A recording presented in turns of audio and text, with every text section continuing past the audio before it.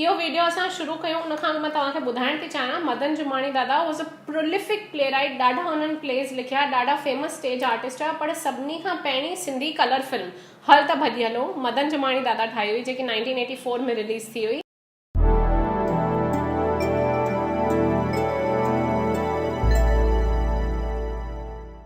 Welcome to the Sindhi film festival guys. अॼु जो video असां मदन जुमाणी दादा खे डेडिकेट था कयूं। 30th जनवरी 2017 ते मदन जुमाणी दादा गुज़ारे विया एंड मुंहिंजे लाइ उहो ॾाढो वॾो झटको हुयो, झटको आहे अञा ताईं। I am not willing to accept, मां उन ॻाल्हि खे एक्सेप्ट करण लाइ तयार ई न आहियां कि दादा काननि असां सां। उन्हनि मूंखे पंहिंजी ग्रैंड डॉटर करे अडॉप्ट कयो हुयो। हमेशह चवंदा मां उन्हनि जी ॾोटी वांगुरु लॻंदी आहियां, मारूई वांगुरु। अॼु जो मुंहिंजो इहो वीडियो हिकिड़ी कोशिशि आहे कि मां थोरो एक्सेप्ट कयां कि दादा न रहिया आहिनि, बट ऑल्सो उन्हनि जे कम जे थ्रू हो अञा हयात आहिनि, उन बारे में मूंखे ॻाल्हाइणो आहे। अॼु मुंहिंजा ॾाढा वॾा भाग आहिनि कि 3 वॾियूं हस्तियूं वेठियूं आहिनि मूंसां गॾु इन टॉपिक ते ॻाल्हाइण लाइ। हाणे मुंहिंजो मक़सदु इहो ई हो हिन वीडियो लाइ कि मां उन्हनि माण्हुनि खे गॾु वठी अचां जिन सां दादा काफ़ी अज़ीज़ हुया, काफ़ी क्लोज़ हुया। पर मां ख़ाली इहा ॻाल्हि क्लियर थी करणु चाहियां, अहिड़ा चङा माण्हू हुया जिन सां मदन जुमाणी दादा क्लोज़ हुया। मां ख़ाली इन्हनि 3 हस्तियुनि खे हिते सिलेक्ट कयो आहे छाकाणि त इन्हनि सां मूंखे मदन जुमाणी दादा ई कनेक्ट कयो हुयो एंड असां हिक ॿिए खे सुञाणो मदन जुमाणी दादा जे थ्रू। त इन करे मां इन्हनि 3 खे अॼु गॾु वठी आई आहियां। बलदेव मटलाणी सर, जेके जाम वॾे अरसे लाइ मुंबई यूनिवर्सिटी जा डिपार्टमेंट हेड हुया, सिंधी डिपार्टमेंट जा। थैंक यू इन वीडियो लाइ हा करण लाइ। शोभा माली दीदी, द ग्रेट गोविंद माली जा धीअ एंड पाण में ई हिकिड़ा ॾाढा वॾा हस्ती आहिनि। कल्ह बि हिननि खे लाइफ टाइम अचीवमेंट अवॉर्ड मिलियो। आई एम सॉरी, पर मां ॾाढो अटकंदमि अगरि मां हिननि जी इंट्रोडक्शन करण जी कोशिशि बि कंदमि त हे 3 ॾाढा वॾा हस्ती आहिनि। ॾेठो Lalwani sir, thank you. Thank you. जय झूलेलाल। ॾाढा प्रोलिफिक राइटर आहिनि, ॾाढा वॾा राइटर आहिनि सिंधी लिटरेचर जा, काफ़ी योगदान रहियो आहे हिननि जो सिंधी लिटरेचर में। हे 3 इंडिविजुअली एॾा ग्रेट आहिनि एंड मदन जुमाणी दादा लाइ असां गॾु थिया आहियूं ॻाल्हाइण लाइ, छाकाणि त इन्हनि 3 सां मदन जुमाणी दादा खोड़ कमु कयो हुयो and even on a personal level काफ़ी क्लोज़ हुया इन्हनि सभिनीनि सां। इहो वीडियो असां शुरू कयूं उन खां मां तव्हांखे ॿुधाइण थी चाहियां मदन जुमाणी दादा was a prolific play right. ॾाढा हुननि प्लेस लिखिया, ॾाढा फेमस स्टेज आर्टिस्ट हुआ, पर सभिनी खां पहिरीं सिंधी कलर फिल्म हल त भॼी हलो मदन जुमाणी दादा ठाही हुई, जेकी 1984 में रिलीज़ थी हुई। एंड मां सिंधी सिनेमा कॾहिं चरी आहियां, त इन जे करे मुंहिंजो दादा सां ॾाढो सुठो रिश्तो हुयो, ॾाढो गहरो रिश्तो हुयो। हाणे इहो वीडियो मां शुरू थी करणु चाहियां तव्हां सभिनी खे रिक्वेस्ट करे कि तव्हां शॉर्ट में माण्हुनि खे प्लीज़ ॿुधायो तव्हांजी इंट्रोडक्शन एंड तव्हांजो रिश्तो मदन जुमाणी दादा सां। भावना जी, पहिरीं त मां दिलि जे गहराइनि सां तव्हांजो शुक्रगुज़ार आहियां जो तव्हां असांजे अज़ीज़ भाउ मदन जुमाणीअ जे लाइ हीउ प्रोग्राम मुरतब ॾिनो आहे ऐं असां 3 खे हिते गॾु कयो आहे। मूंखे इन ॻाल्हि जो पूरो अहसासु आहे त असीं हिते अची करे बि पंहिंजे भाउ खे मदन खे सही नमूने में शायदि ख़राज अक़ीदत न बि ॾेई सघूं, छो त हुनजी शख़्सियत खां सिंधी जाति, सिंधी तहज़ीब, सिंधी सकाफ़त, सिंधी संस्कृति, सिंधी कल्चर खे एॾो वॾो फ़रोग़ मिलियो आहे जो हीअ असांजो चंद लम्हात त उनखे ख़राज अक़ीदत ॾेई बि न सघंदा। पर मां सचुपचु तव्हांजो मशकूरु आहियां, ममनून आहियां जो तव्हां असांखे हिते गॾु कयो आहे। मुंहिंजो मदन जुमाणी जी, मां त पहिरीं त सभ खां पहिरीं मां ख़ुदा जी बारगाह में पंहिंजो सिर तस्लीम ख़म थो कयां, सजदा रेज़ आहियां जो मां 77 में माइग्रेट करे आयुसि सिंध मां, लाड़काणा मां, ऐं भॻवानु मूंखे, ईश्वर मूंखे एॾियुनि मशहूरु मारूफ़ हस्तियुनि जी कुर्बत ऐं सोहबत बख़्शी। तव्हांजे इन जवाबु ॾियण लाइ जस्ट मां ॿुधाईंदुसि त 1981 में मां लेक्चरर हुयुसि, हेड ऑफ सिंधी डिपार्टमेंट हुयुसि जय हिंद कॉलेज में, ऐं उहो मुंहिंजो पहिरियों साल हुयो जॾहिं मां जय हिंद कॉलेज में आयो हुउसि बॉम्बे में चर्च गेट ते। त मूं हुते first intercollegiate Sindhi drama competition तक़रीब ॾिनी हुई। त उन जे लाइ मां जज कया हुया SP मेघाणी, रमेश ॼाञाणी ऐं राम पंचवाणी। त मां इहो बिल्कुलु चाहींदुसि त जजमेंट उन्हनि खां मिले जेके उन फील्ड जा मास्टर्स हुजनि। त त अञा फंक्शन शुरू न थियो हो ऐं ड्रेस सर्किल जे गेट ते असां बीठा हुयासीं। हिकिड़ो कैसेट्स जो स्टाल हो, उते कुझु ॾिसूं पिया त राम पंजवाणी साहिबु आयो, त मां उन्हनि खे जज वारो फाइल हथ में ॾिनो।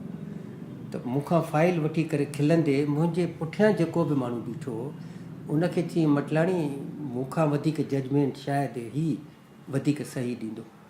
ऐं मां हिते मञा थो त मां मुंहिंजी कम इल्मी आहे त मां उन शख़्स खे उन महिल ताईं न सुञाणंदो हुउसि, पोइ ख़बर पई त हीउ मदन जुमाणी आहे। ऐं मां इहो जॾहिं वाक़ियो तव्हांखे ॿुधायां थो त मां मदन जुमाणीअ खे उनजो ग्राफ एॾो मथे थो खणी वञणु चाहियां जो उहो उन ॾींहुं जज न बि हुया, उनजे मथां का अमली किरदारु उनजो उन कॉम्पिटिशन में हुयो बि कोन, पोइ बि सिंधी तहज़ीब सां, सिंधी कल्चर सां उन्हनि खे एॾी त विझड़ाप हुई जो उते हो ॾिसणु आया हुआ। त पोइ मूंखे इहो अहसासु त ख़ुदा पंहिंजे लेखे पंहिंजा कम पाण कंदो आहे। शायदि हू जेके 3 जज हुजनि हा, उन्हनि खां ही 3 जज त SP मेघाणी, मदन जुमाणी ऐं रमेश ॼञाणी, इहा पहिरीं मुंहिंजी first inter college Sindhi drama company 3 जजिस हुया। ऐं इहो प्रोग्राम त पोइ मां ॾाढो मथे खणी वियुसि। पोइ उन में अजीत वछाणी फिल्म एक्टर हो, उहो बि जज थी आया हुआ।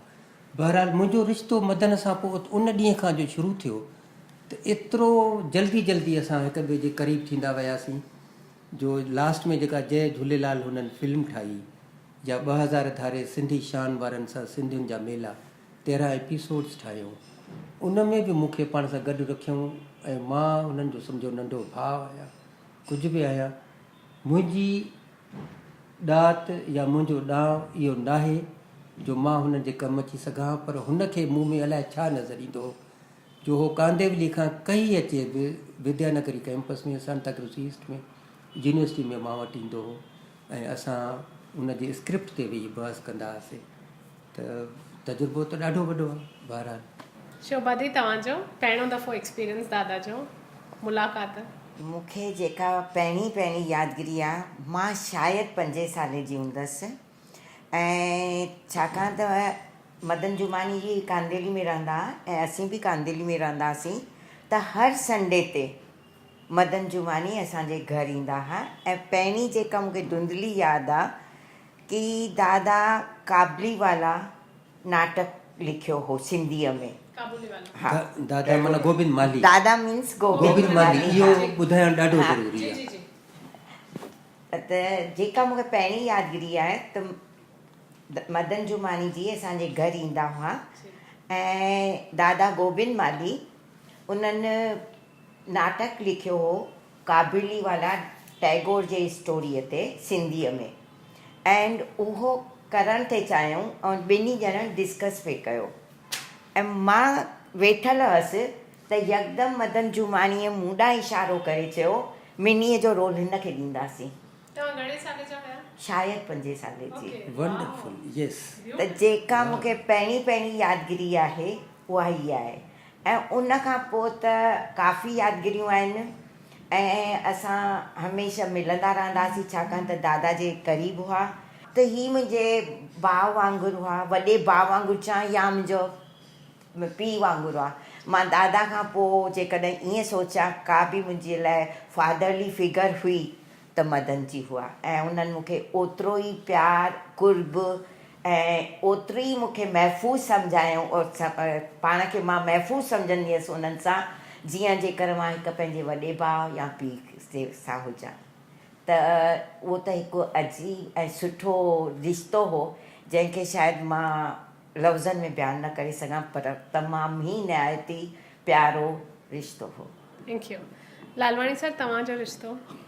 जेसिताईं मदन जुमाणीअ जी रिश्ते जी ॻाल्हि आहे त के रिश्ता अहिड़ा हूंदा आहिनि जिन खे को बि नालो ॾेई न सघिबो आहे। पहिरीं त जॾहिं मूं हुनजो पहिरियों नाटक ॾिठो हो कफन ऐं एथेलो, ख़ाली मूं ॾिठो हो, तेसिताईं अञा मदन सां मुंहिंजी एॾी गहराप न थी हुई। तॾहिं अलाए छो हू मुंहिंजी प्रेरणा बणिजी वियो हो, नाटकनि जी प्रेरणा मुंहिंजी हू बणिजी वियो हो। ऐं तॾहिं खां ई दिलि चाहियो पिए त मुंहिंजो हुन सां संपर्क थिए। पर तव्हांखे इहो ॿुधायां त 1972 में अखिल भारत सिंधी ॿोली साहित्य सभा कलकत्ते में पहिरियों ऑल इंडिया सिंधी एकांकी चटाभेटी रखी हुई। उते मदन जेको आहे सो एथलो नाटक खणी करे उते आया हुआ ऐं जंहिंमें भगवंती नावाणी मेन हुई ऐं पाण जेको हुआ उते असां बि अहमदाबाद मां कोई न बचंदो नाटक खणी विया हुआसीं। त मूंखे ख़बर हुई त भई मदन जुमाणी हिते आया आहिनि, पर उते एतिरो उन वक़्तु बिज़ी हुआ जो मां उन सां गॾिजण जी इच्छा रखंदे बि न पियो गॾिजी सघां। पर जॾहिं असांजे नाटक जी जेॾीमहिल तयारी पई थी त मां सेटिंग पियो ठाहियां, स्टेज ते लाइट सेट करण जी हुनजी जवाबदारी मुंहिंजे मथां हुई। त उहा जेॾीमहिल सेटिंग कयां पियो त मूंखे ख़बर न पई त मदन केॾीमहिल अची करे उते हिकु कुंड में बीठो ऐं मूंखे ॾिसण खां पोइ जॾहिं मां चिप करे पूरो कमु करे हेठि लथुसि त मूंखे सॾु कयईं, चयईं तुंहिंजो नालो? मूं चयोमांसि मुंहिंजो नालो जेठो लालवाणी। चयईं मां मदन जुमाणी। मूं चयो भई हा मां तव्हांखे सुञाणा, सम्झे तव्हां मुंहिंजी प्रेरणा आहियो। चयईं पर हिकिड़ो कमु आहे। मूं चयो कहिड़ो कमु आहे? चयईं सुभाणे एथलो नाटक आहे, उन में मां लाइटिंग सेट त कंदुसि, पर लाइटिंग सेट करण वारा जेके हलाइण वारा आहिनि उहे नॉन सिंधी आहिनि, बेंगाली आहिनि। तोखे उन्हनि सां गॾु वेहणो आहे ऐं उन सां चवंदा आहिनि भई वेहण खां पोइ उनखे ॿुधाइणो आहे छा त कहिड़ी लाइट केॾी महिल हू ऑपरेट हू कंदा, सम्झी त विया आहिनि, पर इन केस मतां भई काई टेक्निकल न रहे त इन करे तूं उन्हनि सां गॾु रह। त इहो चवंदा आहिनि अंधो घुरंदो आहे हिकु अखियूं मिली वञनि ॿ अखियूं। त अहिड़ो हिकिड़ो मुंहिंजो पहिरियों साथ जेको साम्हूं खां मिलियो, तव्हां सम्झी सघो था त मां केॾो न ख़ुशीअ में मां पियो हूंदुसि या टिपा ॾिना हूंदमि, झिमराई हूंदमि। मां यकदमि पहिरें पई करे उहो क़बूलु कयो ऐं तव्हांखे ॿुधाईंदे ख़ुशी थी थिए त उन नाटक खे उन वक़्तु जेके बि अवार्ड्स हुआ बहितरीन, उहे सभु अवार्ड एथलो नाटक खे मिलिया हुआ, जंहिंमें भगवंती नावाणी बि हुई। ऐं उन खां पोइ ॼण मुंहिंजो जेको रिश्तो जुड़ियो वेंदे अॼु ॾींहं ताईं बि मूंखे लॻंदो ई कोन्हे त हू सदा हयात आहिनि। एतिरो गहिरो रिश्तो, हर कमु जेको बि नाटक जो हुजे, फिल्म जो हुजे, सेमिनार्स जो हुजे, राइटिंग जो हुजे, लॻभॻि जेकॾहिं रूबरू न गॾिजी सघंदा हुआसीं त फ़ोन ते हिक ॿिए सां संपर्क कंदा हुआसीं। जेकॾहिं मां बम्बई अचां माना उन्हनि जे घरु, जेकॾहिं हू मूं वटि अचनि माना हू मुंहिंजे घरु। ॼण मदन जो घरु ऐं भाभी जो घरु ॼण मुंहिंजे लाइ हिकिड़ो मंदरु, अॼु बि मंदरु आहे जिते मां सजदो कंदो आहियां। Thank U. मुंहिंजे लाइ बि मदन दादा जो एग्ज़ैक्टली ईअं ई रोल हुयो लाइफ में। मां पहिरियों दफ़ो जंहिंमहिल सिंधी फिल्म फेस्टिवल करण जो सोचियो हुयो, मां उन्हनि खे फ़ोन कयो, दादा हे मां सोचां थी, तव्हांखे कीअं लॻी आइडिया? सॼी क्लैरिटी उन्हनि मूंखे उन हिकु फ़ोन कॉल में हेल्प कयो, ॾिनऊं कि हीअं कर हूअं न कर, हे मुंहिंजो रायो अथई, हो मुंहिंजो रायो अथई। एंड जेको तव्हां घर जी ॻाल्हि चओ था, मुंहिंजे लाइ बि उन्हनि जो घरु मंदरु आहे, हिकिड़ो अलॻि ई एनर्जी आहे उन्हनि जे घर में। टोटली मां ईअं पाण खे पीसफुल फील कंदी आहियां उन घर में हूंदी आहियां त। एंड माण्हू पंहिंजे कम जे थ्रू ई सुञाणियो वेंदो आहे, उन जी सुञाणप पंहिंजे कम जे थ्रू आहे। मूंखे तव्हां खां पुछिणो आहे, तव्हां दादा सां कहिड़ा कम कया हुया ऐं कहिड़े माना फॉर एग्ज़ाम्पल दादा एॾा बुक्स लिखिया हुया, एॾा प्लेस कया हुया, फिल्मूं प्रोड्यूस कयूं, खोड़ पंहिंजी लेगेसी छॾे विया आहिनि पुठियां, ॾाढो कमु पुठियां छॾे विया आहिनि। तव्हां पंहिंजा एक्सपीरियंसिस ॿुधायो, तव्हां दादा सां कहिड़ो कमु कयो हुयो ऐं उनजो कुझु यादगार पल हुजनि त। ॾिसो असांजी ज़िंदगीअ में ॾाढो हुनजे वेझो रहियासीं। थोरे में जवाबु ॾियणु जेतोणीकि कठिन आहे, पर मां ईअं चवंदुसि त 81 खां मां बॉम्बे रेडियो ते कैज़ुअल अनाउंसर तौर ते कमु शुरू कयो हो ऐं रेडियो प्लेज़ में बि साईं जी महिर सां मां हुते हुयुसि। त दादा गोबिंद माली साहिब जन जी डायरेक्शन में या मदन जुमाणी साहिब जी डायरेक्शन में रेडियो ते कुझु प्लेज़ ईंदा हुआ त उहो नंढो वॾो रोल मूंखे बि ॾींदा हुआ ऐं उते गॾिजी असां कमु कंदा हुआसीं। ईअं मां मदन जुमाणीअ जी कुर्बत में वेझो ईंदो वियुसि। पोइ त अहिड़ो वक़्तु बि अची वियो जो 2000 में जॾहिं सिंधी शान वारनि जे तरफ़ां मदन जुमाणी सिंधियुनि जा मेला, रंजीत भुटाणी हुनखे चयो त तूं मूंखे 13 एपिसोड्स जो पायलट ठाहे ॾे, जंहिंमें मां सिंधी कल्चर खे प्रमोट कयां ऐं सैटेलाइट टीवी ते मां दुनिया खे ॾेखारियां। त उहे 13 अलॻि अलॻि एपिसोड्स, उहे जेके स्क्रिप्ट हुन लिखियो, कंसेप्ट, स्क्रिप्ट, डायलॉग्स वग़ैरह सभु दादा मदन जुमाणी जा हुया। प्रोडक्शन रंजीत भुटाणी, सिंधी शान जी, डायरेक्शन हिननि जी। त पहिरियों आया त मूं ॾे यूनिवर्सिटी में सिर्फ़ु स्क्रिप्ट ते बहस करणु, पर पोइ इहा हुननि जी ज़रा नवाज़ी आहे, उहा हुननि जी महिरबानी आहे जो मां जीअं जीअं हुननि जे वेझो ईंदो वियुसि त हुन पहिरें एपिसोड खां ई पोइ मूंखे एसोसिएट डायरेक्टर करे डिक्लेयर कयो ऐं टाइटल्स में ॾिनो बि, जेतोणीकि इहो चई करे मां पंहिंजी ख़ुशनसीबी त सम्झां थो पर पंहिंजी वॾाई करणु नथो चाहियां। मां हुन खां सिखियो आहियां अलाए घणो हू त बाक़ाइदे जामे हिकिड़ी ऑर्गेनाइज़ेशन आहे, हिकिड़ी इंस्टीट्यूशन हुया जंहिंमें हिकु ई महिल साइमल्टेनियसली स्क्रिप्ट लिखण जो बि हुन में गुण हुजे, सीनारियो जो बि हुन में फ़हम हुजे, ऐं वरी उन सां गॾोगॾु प्रोडक्शन जूं जेके तकलीफ़ूं थींदियूं आहिनि, प्रोडक्शन कंट्रोलर जो बि पाण कमु करे, ऐं उन सां गॾोगॾु वरी डायरेक्शन बि पाण संभाले, स्टार्स खे संभाले, त इहा पंहिंजे लेखे हिकिड़ी ॾाढी वॾी ॻाल्हि हूंदी हुई। त उन में हुनखे लॻंदो हो त बलदेव मुंहिंजे कम जो माण्हू आहे ऐं मुंहिंजी बि ख़ुशनसीबी आहे त मां हुनजे वेझो रहियुसि। उन खां पोइ जय झूलेलाल फिल्म उन्हनि श्याम जुमाणी जी प्रोडक्शन में ठाही, उन में बि मूंखे एसोसिएट डायरेक्टर तौर बि रखियो ऐं मूंखे हिकिड़ो मुला जो रोल ॾिनो। उन में बेसिकली जय झूलेलाल में मूंखे मुला जो रोल ॾिनो हो ऐं सिंधियुनि जा मेला में झूलेलाल टेम्पल में उल्हासनगर में वञी असां शूटिंग कईसीं, जिते हुनखे जीअं त ख़बर हुई त हे प्रोफेसर आहे, त झूलेलाल आहे छा उन ते स्टूडेंट्स जे साम्हूं मूंखां लेक्चर करायो हो। उहो उनजे पहिरें एपिसोड में मूंखे एज़ अ टीचर करे स्टूडेंट सां मुखातिब कंदे मूंखे ॾेखारियो हुयो। ऐं मुंहिंजी इहा ज़िंदगी जी ख़ुशनसीबी आहे त क्वार्टरली सिंधी शान मैगज़ीन बहितरीनु मैगज़ीन हो, उन स्टैंडर्ड जो उन पब्लिकेशन जो जेको स्टैंडर्ड आहे सिंधियुनि खे आहे, पोइ सिंधी शान खे आहे, ऐं उनखां सवाइ ॿियो कंहिंखे बि न मिलियो। उन जे टाइटल पेज ते उन 2001 वारे ज़माने में उहो मुंहिंजो स्टिल फ़ोटो ॾिनो वियो हो हुते। त मूंखे मदन जुमाणी जे करे मूंखे हिकिड़ी ॿी अलॻि सुञाणप मिली आहे। राइट, बिल्कुलु। दीदी तव्हांजो? पर्सनली त मूं उन्हनि सां जेको कमु कयो हुजे उहो त ईअं आहे कि माली कल्चर अकेडमी में हू असां सां गॾु हुआ, असांजो खे हमेशह गाइड कंदा रहंदा कि प्रोग्राम कीअं थियणु खपे, नंढियुनि नंढियुनि ॻाल्हियुनि ते बि असांखे उन्हनि जी गाइडेंस मिलंदी हुई, रहबरी मिलंदी हुई। पर मूं ॾिठो उन्हनि खे कमु कंदो, दादा सां गॾु कमु कंदो ॾिठो आहे, प्लस मूं पुष्वा सां गॾु कंदो कमु ॾिठो आहे, पर पर्सनली जेको मूंखे वजु घटि मिलियो उन्हनि सां कमु करण जो, पर गॾु ज़रूरु हुआसीं। ऑर्गेनाइज़ेशन में बि मूंखे इहो बि यादि आहे कि असां माली कल्चर अकेडमी जा जिते जिते प्रोग्राम कयासीं, ही हमेशह उहो पूना हुजे, बड़ौदा हुजे, हू हमेशह असां सां गॾु आहे। ऐं उन्हनि जी जेका तजुर्बा हुआ, जेका ॼाण हुई, उन्हनि जो फ़ाइदो असांखे हमेशह मिलियो।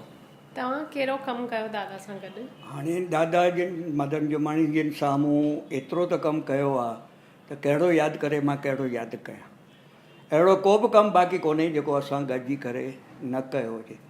हिकिड़ी ॻाल्हि जेका आहे त सिर्फ़ु मदन जुमाणी सिंधी कम्यूनिटीअ में, न सिर्फ़ु सिंधी कम्यूनिटीअ में पर गुजराती कम्यूनिटीअ में, हिंदी कम्यूनिटीअ में, मराठी कम्यूनिटीअ में ॾाढा लोकप्रिय हुआ। हू नाटकनि जा जीव हुआ। जेकॾहिं सही माना में जेकॾहिं चइजे त हू नाटक जी आहे, नाटक साह में बि उन्हनि जे साह में बि नाटक हो। उथंदे वेहंदे उनखे नाटक खां सवाइ या फिल्मुनि खां सवाइ ॿी का बि ॻाल्हि कोन हूंदी। जेसि ताईं नाटकनि जो सुवालु आहे त हू एक्टर बि हुआ, डायरेक्टर बि रहिया, स्क्रिप्ट जेका नाटकनि जा उहे बि लिखियऊं, रेडियो ते बि हिननि लिखियो, टेली फिल्म्स बि जेकॾहिं हिननि लिखियूं। सभिनी खां पहिरीं जेकॾहिं सिंधीअ में जेको रंग असांजो नुकड़ नाटक लिखियत में आयो ऐं पेश करण में आयो, उहो बि असांजे मदन जुमाणीअ जो ई आयो। तंहिंखां पोइ हिननि जी जेका फिल्म आई हल त भॼी हलूं, ऐं तंहिंखां पोइ हल त भॼी हलूं खां पोइ जेका जीअं चयो वियो त उहा पहिरीं कलर्ड फिल्म हुई सॼे हिंदुस्तान में, जेका काफ़ी सालनि खां पोइ बणी हुई। ऐं उन्हनि जो वरी इहो रिकॉर्ड इहो त जॾहिं इहा फिल्म रिलीज़ थी जिते बि थी, पहिरियों दफ़ो माण्हू हॉल तां सिनेमा घरनि तां वापसि विया, न सिर्फ़ु वापसि विया पर पहिरीं सिंधी फिल्म हुई जंहिं ते ब्लैक थी। ख़ासि करे उल्हासनगर में, असांजे अहमदाबाद में, बड़ौदा में, इहे मुंहिंजो अखियुनि सां ॾिठल। छाकाणि जो जिते बि शो हिननि जा थींदा ऐं पाण वेंदा हुआ त मूंखे ज़रूरु चवंदा भई तूं हिते असां वटि अचु। तंहिंखां पोइ जीअं असांजे डॉक्टर बलदेव मटलाणी तव्हांखे ॿुधायो त जय झूलेलाल जी जॾहिं स्क्रिप्ट जी ॻाल्हि हुई त उन में मदन सां गॾु असां ॿई हुआसीं। रिसर्च बि कईसीं हुन झूलेलाल जा झूलेलाल जी फिल्म ठाहिण जे लाइ कुझु के टेक्निकल्स त भई कंहिं मिथोलॉजी हिसाब सां कंहिंखे हर्ट न थिए, अहिड़ी का सीन न अचे, उहे रातियुनि जूं रातियूं असां वेही करे जेको आहे सो उनखे जेको आहे सो रिसर्च बि कईसीं। ऐं उन में मां बि एसोसिएट डायरेक्टर हुयुसि, एतिरे क़दुरु जो हैदराबाद में थी उनजी शूटिंग त मां उते हुन सां गॾु हुयुसि। ऐं उन में मूंखे बि हिकिड़ो नंढो रोल ॾिनई, चई लालवाणी फलाणो कैरेक्टर न आयो आहे, शूटिंग मस्ट गो ऑन, बरसाति पई पए कि वञ मेकअप करे अच, ऐं मूं मुलान जो रोल मूंखे बि ॾिनई। साॻी हालति मां जेका ॿुधाइण थो चाहियां तव्हांखे, साॻे नमूने बतायो फ़क़ीर में बि ईअं थियो। इन जो सीन हो, असांजी शमशान भूमीअ जी सीन हुई, उहो आर्टिस्ट न पहुची सघियो, मूंखे चई वञ जल्दी वञ, अच्छा कपिड़ा पाए वञ जल्दी वञ, ऐं मूंखे उते एज़ अ रोल भई जंहिंखे फिल्म में इंट्रोड्यूस कयो। इन करे मां जेको ॿुधायां त ज़िंदगीअ में वधि में वधि, बाक़ी त ॻाल्हियूं पोइ जंहिंमहिल चवंदुसि ॿुधाईंदुसि, लिखण जो कमु। मां हिकिड़ी ॻाल्हि ख़ाली हिते जोड़णु चाहियां त स्टेज मैगज़िन मूं 74 में शुरू कई, 1947 में, जेका हिंदुस्तान जी न हिंदुस्तान पर सिंध जी पहिरीं नाटकनि जी मैगज़िन हुई। हिन खां पोइ उहा मूं 20 साल कढी, तंहिंखां पोइ न निकिती। त जॾहिं मुंहिंजी हिन सां मुलाक़ात थी पोइ त मूं हिननि खे चयो भई मां तव्हांजो ख़ासि स्पेशल पर्चो कढणु चाहियां थो। त चई न लालवाणी, मां एॾी अञा हस्ती कोन थियो आहियां, हुनजी निर्माणप ॾिसो, हुनजी निमाणप जी ॻाल्हि थो कयां। त चई न मां अहिड़ो कोन आहियां, मूंखां वधीक जेको आहे सो SP मेघाणी आहे, असां रमेश जाञाणी आहे, तूं उन्हनि जो पर्चो कढ। मूं चयो ॾिसो उहे बराबरि पंहिंजी लेवल ते आहिनि, पर उन्हनि कॾहिं नाटक लिखिया बि आहिनि, डायरेक्ट बि कया आहिनि, प्रोड्यूस बि कया अथऊं, पर उनखां सवाइ जेके ॿियूं ख़ासियतूं आहिनि तव्हां में इन फिल्मी नाटकनि जूं, वीडियो नाटकनि जूं, रेडियो नाटकनि जूं, त इहे मल्टीपल जेके कला जा तत्व आहिनि उहे सिर्फ़ु तव्हां में आहिनि। तव्हां मूंखे एज़ अ नाटकनि जो हिकिड़ो मुकमिल जीव था नज़र अचो, त जेका मुकमिलता आहे उहा त घटि में घटि मूंखे रखण लाइ छाम था ॾियो। ऐं उन्हनि पोइ क़बूलु कयो ऐं मूंखे पहिरियों शर्फ़ मिलियो हिंदुस्तान में न पर सिंध में पहिरें कलाकार जी जेको आहे सो शख़्सियत पर्चो शाया करण जो। छो त उनखां अॻु कॾहिं बि कंहिं कलाकार जो, फ़नकार जो पर्चो शायदि न थियो, लेखकनि जा थींदा। त हिकिड़ो कमु जेको जॾहिं मूं तव्हांखे ॿुधायो त जॾहिं हुन इहा फिल्म हल त भॼी हलियूं ठाही हुई, तॾहिं मूंखे हुन जेको आहे पंहिंजो पब्लिसिटी इंचार्ज करे रखियो हो, सिर्फ़ु न सिंधी अख़बार में पर जेके उन वक़्तु स्क्रीन नॉन सिंधी ऐं असांजे गुजरात में गुजराती फिल्मूं निकिरंदियूं हुयूं, मैगज़िन्स निकिरंदियूं फिल्मुनि जूं, त उहो एज़ अ PRO करे हुन मूंखे रखियो हो। जॾहिं मां उहो जॾहिं पब्लिसिटी ॾिठी माण्हुनि खे ॾिठो, तॾहिं मूंखे इहा हिकिड़ी दिलि में चाहना थी हुई त इन फिल्म जी जेका आहे स्क्रीन जेको आहे स्क्रीन प्ले जेको लिखियलु आहे इहो मां पब्लिश करायां। त पहिरियों दफ़ो मूं मदन खे चयो भई हीअ मां पब्लिश करणु चाहियां थो, ऐं इहो मूंखे हिकु शुभ मौक़ो मिलियो त भई मां उहा जेको सो स्क्रिप्ट उहा जेका हल त भॼी हलूं जे नाले सां छपाई, हिते कोन्हे, न सिर्फ़ु छपाई, उन मां वरी ॿियनि खे किन खे प्रेरणा मिली त स्क्रिप्ट फिल्म जेको असीं चवंदा स्क्रीन प्ले जंहिंखे चइजे थो, how they write the screenplay. जय झूलेलाल फिल्म जे बारे में तव्हां थोरो थोरो पंहिंजो एक्सपीरियंस ॿुधायो ॿिनी। मूंखे तव्हां खां इहो पुछिणो आहे कि दादा जो काफ़ी लॻाव हुयो सिंध सां, ऐं मूंखे ख़बर आहे जय झूलेलाल फिल्म सिंध में वञी शूट थी हुई। मूंखे तव्हां खां पुछिणो आहे मदन जुमाणी दादा जो सिंध सां छा रिश्तो हुयो, छाकाणि त तव्हां एॾो क्लोज़ली उन्हनि सां वक़्तु स्पेंड कयो आहे ऐं तव्हां जय झूलेलाल फिल्म ते बि उन्हनि सां गॾु कमु कयो। मूंखे प्लीज़ ॿुधायो, थोरो ऑडियंस खे ॿुधायो कि पार्टीशन जो दादा ते छा असरु हुयो ऐं सिंध सां उन्हनि जो छा प्यारु। ॾिसो 21 डिसंबर 1934, 21 डिसंबर 1934 ते मदन जुमाणी जो जनमु थो थिए कराचीअ में। हू असुलु आहिनि शिकारपुर जा, पर उन्हनि खे टेक्सटाइल जो बिज़नेस हुयो कराचीअ में। त मदन जुमाणी कराचीअ में ॼावल ॿार आहे, पर हुननि खे पंहिंजे मातृभूमि शिकारपुर सां बि ओतिरो ई प्यारु आहे। ऐं शिकारपुर में हिकिड़ो जुमाणी हाल आहे, हिन जे ॾाॾे जो भाउ उहो उते ड्रामाज़ में डायरेक्शन कंदो हो ऐं ड्रामाज़ में रोल प्ले कंदो हो। माना हिन फैमिलीअ जी नस नस में इहो नाटक ऐं अदाकारीअ जो उहो सॼो जेको रूह चइजे उहो हिन जी नस नस में पयल आहे। त हीअ अञा 1947 में अगस्त में विरहाङो थी वियो। असांजी सॼी जेका होली मदरलैंड हुई सिंध, उहा इस्लामिक रिपब्लिक ऑफ पाकिस्तान खे ॾिनी वई। We were shaken at that time. ऐं नतीजे में majority of Sindhi Hindus migrated to India. त मदन जुमाणी डिसंबर 1947 में पंहिंजी भेण सां हिते आयो हो। पहिरीं हिननि जी पंहिंजी फैमिली, उहे घणो पोइ आया, पंहिंजी भेण सां हिते आयो हो। ऐं Sindh model school Grant Road ते पहिरीं अची एडमिशन वरिती हुयऊं। उनखां पोइ वरी कमला हाई स्कूल खार में आया। कमला हाई स्कूल खार में उन महिल न्यू टैलेंट हंट जी कॉन्टेस्ट हुई। मदन बि वञी उते लाइन में बीह रहियो। मदन जॾहिं उते पार्टिसिपेट कयो त उहो शख़्स जेको उते जज थी वेठो हो, उन मदन खे चयो, बाबा इहा अदाकारी तुंहिंजे वस जो रोग न आहे, इहो तुंहिंजो मैदान न आहे। मदन खे ॾाढो झटको लॻो। त मदन मूंखे जीअं ॿुधायो, उन ॾींहुं ॾाढो हर्ट थियो। लोकल ट्रेन में घर थो वञे वापसि, कांदेवली थी, कांदेवली अलाए अचे थी नथी अचे, हैमरिंग पई थिए उनजे मग़ज़ में। त मूंखे ईअं छो चई त हे मैदान मुंहिंजो न आहे। पोइ त उहो साॻियो मदन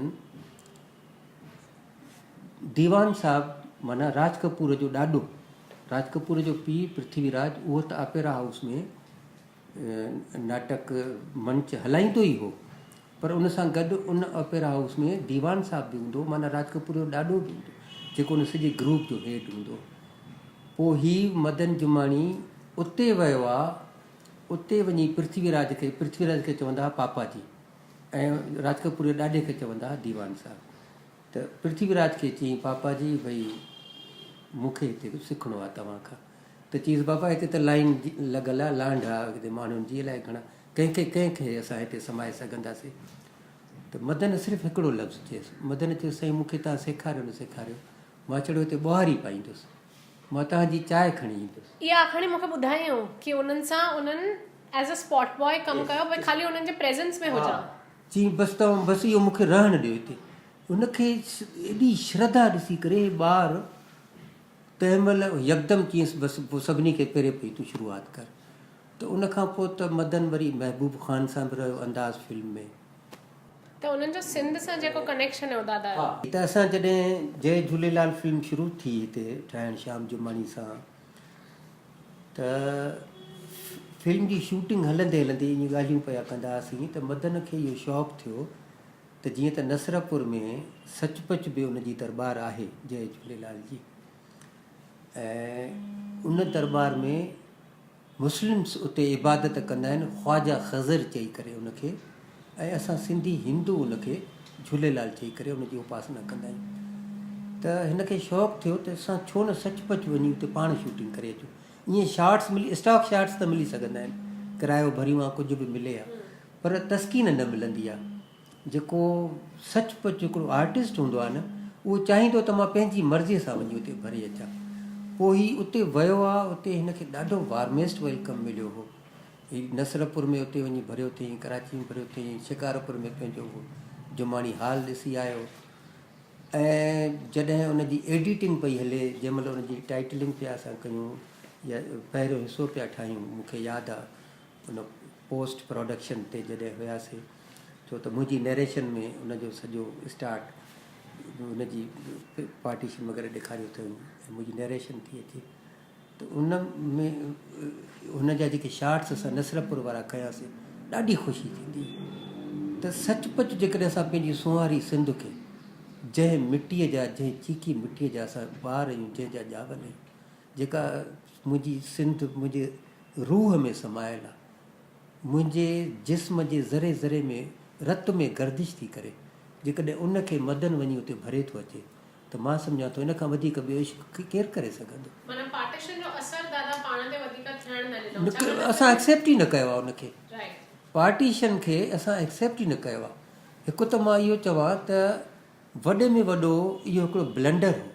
1971 उन टू नेशन थियरी खे फ्लॉप करे छॾियो।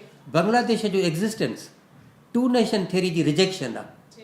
त उहा मदन बलदेव या ॼेठो या मुंहिंजी भेण असांजी शोभा गोविंद माली इहे सभु असां इन्हनि ॻाल्हियुनि खे मञींदा ई न आहियूं। जी, छाकाणि मुंहिंजे हिसाब सां जेकी फिल्म शूट सिंध में थी आहे उहा जेकी फुटेज आहे उन बिना फिल्म ओड़ी न ठहे। एग्ज़ैक्टली। एंड सिंध में वञणु उते सभु शूट करे अचणु ऐं मूंखे उन्हनि जेके एक्सपीरियंसिस ॿुधाया कि उन्हनि खे एॾो वॉर्म वेलकम मिलियो, प्रोटेक्शन मिली एंड फुल उन्हनि खे शूट करण जी इजाज़त मिली, उहो बि उन लैंड में जिते अलाउड न हुयो शूट करणु। त मां जो पार्टीशन खां 40-50 साल पोइ बि इहो थियणु माना पोइ त कुझु फ़र्क़ु थियो ई न विरहांगे जो। तव्हांजो एक्सपीरियंस दादा? जेसि ताईं सिंध जो वास्तो आहे त असांजी सुंवारी सिंध सां मदन जो काफ़ी गहरो मां सम्झां थो लाॻापो रहियो, जेको मूं उन सां वेहंदे उथंदे प्रोग्राम कमु कंदे मूं महसूसु कयो। हाणे उन जा मां तव्हांखे हिकिड़ो नंढिड़ो मिसाल ॿुधायां त छॾाणी दरबार जे तरफ़ां हर साल जथो वेंदो आहे सिंध, हर साल वेंदो हो। तॾहिं असां मूं ऐं मदन सोचियोसीं त भई असां बि छॾाणी दरबार जे तरफ़ां हलूं, सिंध जी ज़मीन ते सर रखे अचूं ऐं तिलक लॻाए मस्तक सां उनखे चुमी अचूं। पंहिंजे ॻोठु वञी सघंदासीं या न उहा त पोइ जी ॻाल्हि आहे, पर सिंध जे ज़मीन ते त घटि में घटि असीं पेर रखी सघंदासीं ऐं सिंध जो जल असीं अमृत करे असीं पी सघंदासीं। असां ॿिन्ही जेको आहे सो छॾाणी दरबार वारनि खे लिखी मोकिलियो। छॾाणी दरबार वारनि असांखे बाक़ाइदे वीज़ा बि ॾिनी मोकिली। असां जॾहिं वाघा बॉर्डर ते उते पहुतासीं त उते मुंहिंजी जेको आहे जेका वीज़ा उन वक़्तु रद्द थी वई ऐं इहो चई करे मोकिलियऊं त भई तोखे जेका वीज़ा मिली हुई पर सिंध हुकूमत हाणे वापसि वरिती आहे। रीज़न इहो ॿुधायूं, उते खां कोन ॿुधायूं, पोइ ख़बर पई छाकाणि मां जीअं सिंध मूवमेंट सां जुड़ियल हुउसि, कीरत बाबाणी सां, उत्तम सां, गोविंद मालीअ सां, त उहे के उते उन्हनि वटि के रिपोर्ट हुयूं त इन करे उन्हनि मुंहिंजी उहा बंदि कई। तॾहिं मदन जुमाणी सिंध विया हुआ। जॾहिं मदन जुमाणी उते सिंध विया हुआ तॾहिं उते जेके मुंहिंजा उते दोस्त हुआ उन वक़्तु सिंध जा, तॾहिं उन्हनि उते रड़ियूं करणु आया त भई ॼेठो लालवाणी किथे आहे, ॻोल्हणु आया भई आयो हूंदो। तॾहिं मदन वञी करे उनखे ॿुधायो त भई ॼेठो लालवाणी खे वीज़ा न मिली आहे, इन करे न अची सघियो आहे। त चई जेकॾहिं तूं न आयो आहीं त तूं त घटि में घटि असां वटि आहीं।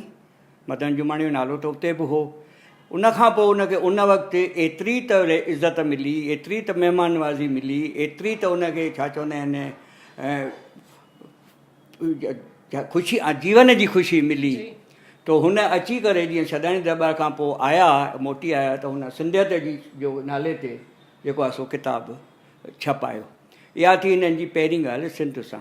पर तंहिंखां पोइ मां तव्हांखे ॿी ॻाल्हि ॿुधायां त हुनखे सिंध सां एॾो लॻाव हो जो इन खां अचण खां पोइ हिननि बाक़ाइदे हिकिड़ी एकांकी नाटक ठाहियो, मां सिंध आहियां, मां सिंध आहियां चई करे, माना एज़ ए सिंध जी ॻाल्हि आहे।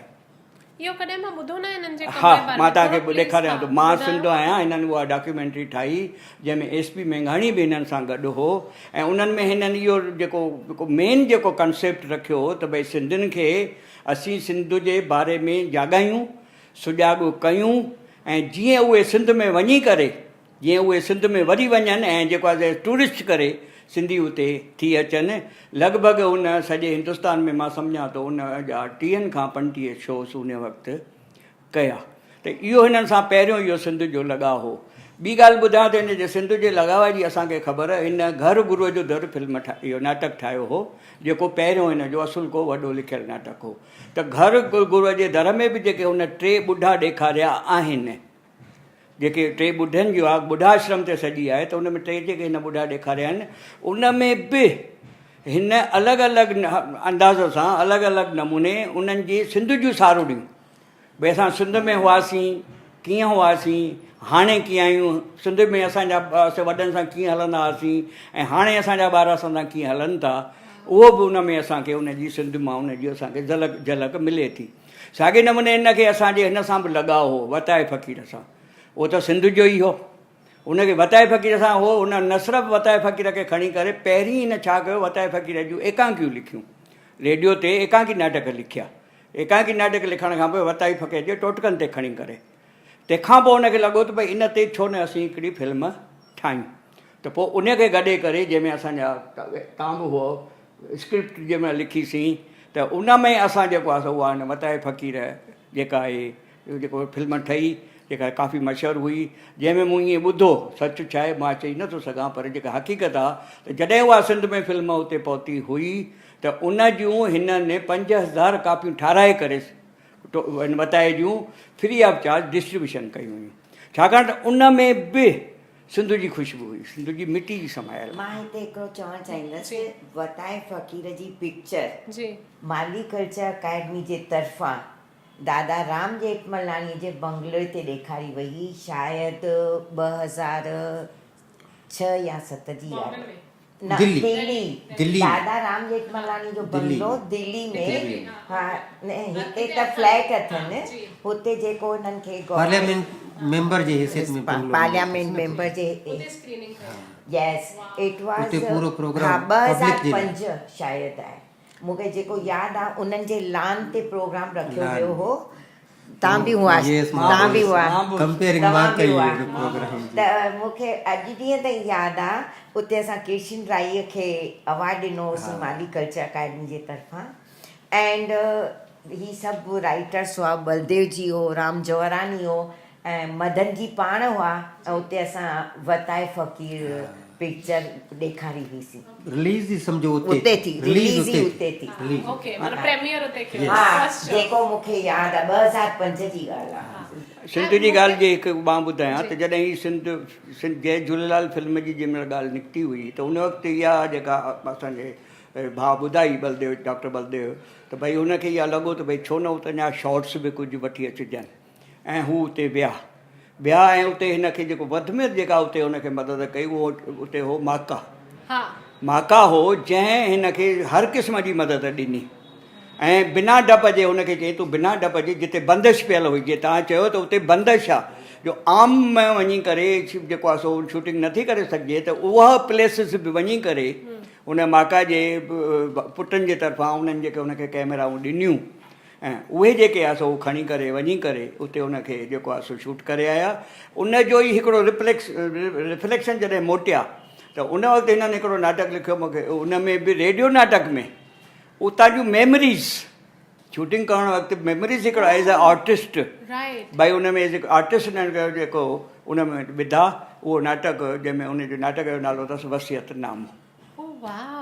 हाणे एतिरी त पक्का कि दादा खे नाटकनि जो खोड़ शौक़ु हुयो, लिखण जो, परफॉर्म करण जो, डायरेक्ट करण जो, प्रोड्यूस करण जो, एंड सभिनी जॻह ते वञी उहो नाटक खणी वञण हर हिकु अलॻि अलॻि शहर में। जंहिंमहिल मां लास्ट मिली हुअमि दादा सां, मूंखे दादा ॿुधायो मदन दादा कि काको कल्लूमल जी शूटिंग हुननि चालू कई आहे फिल्म जी, एंड हू ॾाढो एक्साइटेड हुया हुन फिल्म जी शूटिंग लाइ, छाकाणि त काको कल्लूमल मदन जुमाणी दादा जो सालनि खां फेमस प्ले थींदो रहियो हुयो। हिकु प्ले में 34, 35 अलाए घणा रोल्स हिकु ई ॼणो उन में कंदो हुयो। त काको कल्लूमल जेको प्ले आहे उन जे बारे में मूंखे तव्हां प्लीज़ ॿुधायो। सुनील दत्त जी हिकिड़ी फिल्म आई हुई यादें, जंहिंमें हिकु ई कैरेक्टर खणी करे सॼी फिल्म ठाही वई हुई। उन खां पोइ जेकॾहिं सिंधीअ में, हिंद में चाहे सिंध में, नाटक जे रूप में सभिनी खां पहिरीं जेको वन एक्टर प्ले, हिकु अदाकार नाटक, ऐं सो बि वरी तवील नाटक, नंढो नाटक, वॾो एकांकी नाटक जेतिरो टाइम उनखे मिले, हा तवील नाटक ऐं वॾो नाटक जेको आहे सो असांजे मदन जुमाणीअ लिखियो। न सिर्फ़ु उन लिखियो पर रमेश मेहता खां उन नाटक अहिड़े नमूने त जेको आहे सो उन खां एक्टिंग में कमु, अदाकारी में डायरेक्शन, हिननि जी डायरेक्शन में प्रोड्यूस थियो, जो ईअं लॻो ई कोन पिए त हिकु कलाक हिकु एक्टर पोणा 2 कलाक हिकु ई हिन में वेही करे मंच ते ऑडियंस खे को ग्रिप में रखी सघंदो। पर मदन जे छा चवंदा हिदायतकारीअ में ऐं रमेश मेहता जी असांजी अदाकारीअ में ऐं टेक्निक्स जेके उन सां गॾु जोड़ियूं वयूं हुयूं, टेक्निक्स जे हिसाब सां उहो नाटक एतिरो त हिकिड़ो बहितरीनु नाटक थियो जो हिंदुस्तान में जिते बि जंहिं बि शहर में वियो उहो नाटक उते बाक़ाइदे जेको आहे सो कामयाबु वियो। न सिर्फ़ु कामयाबु वियो पर उन नाटक खे छपायो बि वियो, इनखे किताबी सूरत में छपायो वियो काको कल्लूमल जे नाले सां। हाणे जॾहिं काको कलूमल नाटक छपिजी आयो त जेके लेखक हुआ, जेके नाटक नवीस हुआ, उन्हनि जो बि ध्यानु छिकियो त भई अहिड़े क़िस्म जो नाटक जेको हिकिड़ो स्टैंडर्ड नाटक आहे उनखे लिटरेचर जे हिसाब सां हिकु नओं एक्सपेरिमेंट सॾे करे हुनखे हिकिड़ो मयार बि अता थियो। त जॾहिं उहो हुनखे मयार अता थियो त उनजी जेका अंदरि ॿोली हुई, उन में जेके गुफ़्तगू हुयूं, सम्झ, हा, ऐं उहे एतिरा त पावरफुल हुआ ऐं उन्हनि खे लिटरेरी माना असांजे साहित्यक मयार हो जो उनखे पोइ अलॻि अलॻि यूनिवर्सिटीज़ में, ख़ासि करे MS यूनिवर्सिटीअ में ऐं असांजे अजमेर यूनिवर्सिटीअ में बाक़ाइदे कोर्स में बाक़ाइदे, ऐं हाणे जेको ॿुधाए IAS में अॼु ॾींहं ताईं उन नाटक खे पढ़ियो वेंदो आहे। तंहिंखां पोइ इहो नाटक जेको आहे देवनागरीअ में आयो, देवनागरीअ में बि छपियो, न सिर्फ़ु देवनागरीअ में छपियो पर उनजी ऑडियो जेका पहिरीं हुनजी जेका ऑडियो नाटक जी जेका CD ठही उहा बि हिननि जे जीअरे हिननि जे हूंदे उहा थी ऐं उन ते जेको आहे सो नाटक वारनि ठाही। पर हा, पर मां तव्हांखे पर ताज़ो तव्हांखे ॿुधायां त अॼु खां महीनो अॻु असांजी दिल्ली अकादमीअ काके कलूमल जी इन ते नाटक ते काको कलूमल जेको नाटक आहे उहो हुननि नई सह उते प्रोड्यूस कयो ऐं जेतिरी कामयाबी अॻु में हुन नाटक खे मिली हुई ओतिरी कामयाबी हुन नाटक खे ऐं लोकप्रियता मिली।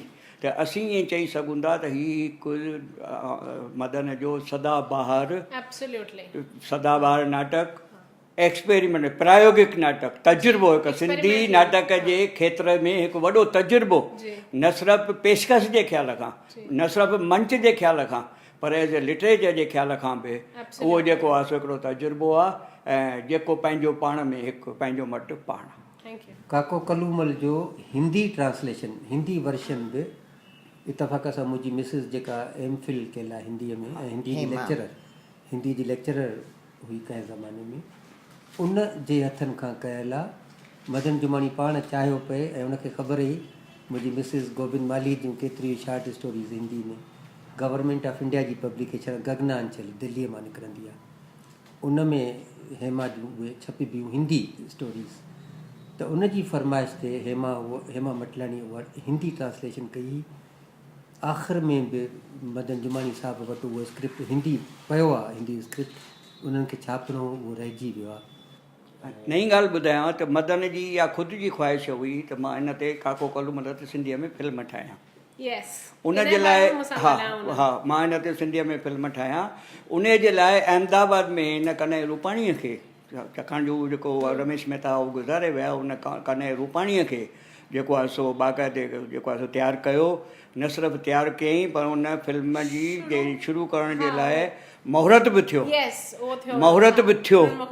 मुहूर्त थियण खां पोइ उन फिल्म खे अॻिते हलाए सघिजे त उन में उनजो ईअं ख्वाबु हो या सुपिनो, चवंदा आहिनि सुपिनो हमेशह वॾो ॾिसबो आहे त साकार थींदो ई आहे। त हुनजो इहो सुपिनो हो त भई इहा फिल्म मां जेको आहे सो सिंधीअ में ठाहे करे उनखे हिंदीअ ऐं गुजरातीअ में बि डब कंदुसि ऐं जेको आहे सो नेशनल लेवल ते जेके एंट्रीस थियनि थियूं, फेस्टिवल्स थियनि था, उन में मां इहा फिल्म मोकिलींदुसि। पर लोकेशन ॾिसण खां लोकेशन बि ॾिसी आया, तयारियूं बि थी वियूं, रिहर्सल बि थियूं, पर चवंदा आहिनि न बंदे जे मन में हिकिड़ी ऐं खदा जे मन में बि, त उहा फिल्म अञा अॻिते वधे या उनजी फिल्म जी शूटिंग अञा शुरू थिए।